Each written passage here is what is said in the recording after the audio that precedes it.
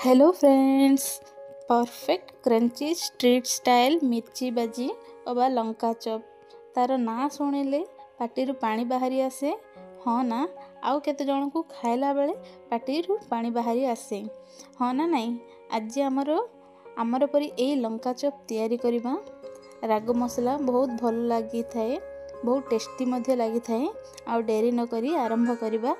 Video को भल लगिले like करंतु, शेयर करंतु, सब्सक्राइब करनियंतु। नमस्कार, राजकुमारीज किचन को अनेक अनेक स्वागत। प्रथमे आमे लंका को मझिरे काटी मंजी बाहर करि दबा। तापर एठी गोटे मसला तैयारी करिबा। देखंतु गोटे कप नेची, सेथिरे अल्प किछि लूण, जीरा गुंड गोटे चामच, लंका गुंड गोटे चामच, चाट मसला गुंड गोटे चामच देई भल भाबरे मिसाइबा। तापर एई मिश्रण को आमे मझिरे काटी रखिथिबा लंका को से मझिरे आमे एई मसलाटी लंका चॉप मझिरे भरी करिबा। देखंतु एठी लंका मझिरे भल भाबरे स्टफ करि नेची।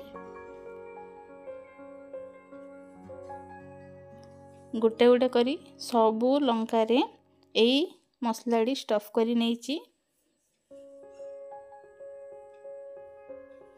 तापर एठी मु चिप्स पाउडर नेची बा पकोड़ा पाउडर। एबे मार्केट रे बहुत गुडे सामान आसिलानी। एथिरे हमर देखंतु बेसन, कॉर्नफ्लोर, राइस फ्लोर, लंका गुंड, लूण सबू किछि मिसी की अछि। आउ एठी किछि मध्य ऐड करिबा दरकार नै। मसला मध्य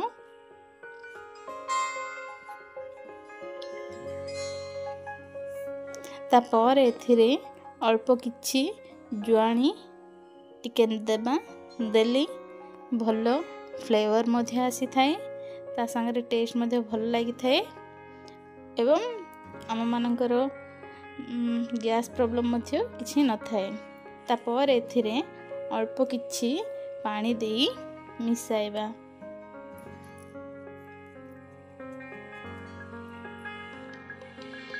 चेष्टा करिबे एई मिश्रण को बेसी गाढ़ा करिबेनी बा बेसी पतला करी बैटर तैयारी करिबेनी।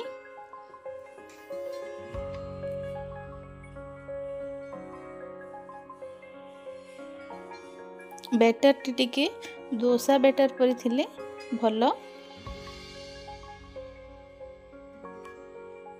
तापर एठी मु टिके तेल नउची। तेल पकेबा द्वारा भल क्रंची मध्य आसी थाए एवं भल मध्य लागे टेस्ट।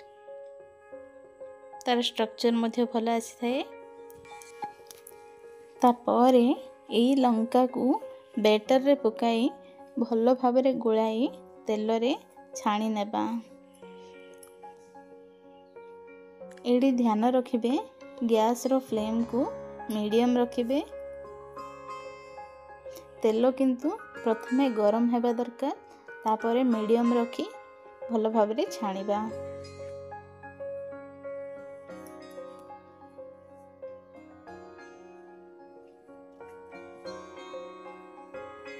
एई लंका चॉपटी संध्या समय रे गरम गरम चा संगरे बहुत भल टेस्ट लगी थाए।